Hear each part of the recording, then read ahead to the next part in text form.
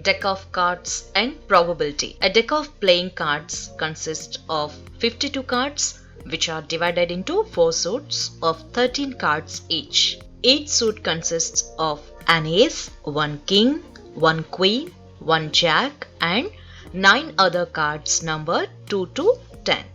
4 suits are black spades, red hearts, red diamonds and black clubs. King, queen and jack are face cards. Here we can observe how the flow chart of deck of cards is represented. Under deck of cards, that is 52 cards, we have red color cards 26 in number and black color cards 26 in number. Red color cards are further classified into hearts, that is 13 cards, and diamonds which are 13 cards. And black color cards are classified into spades, 13 cards in number and clubs 13 cards in number.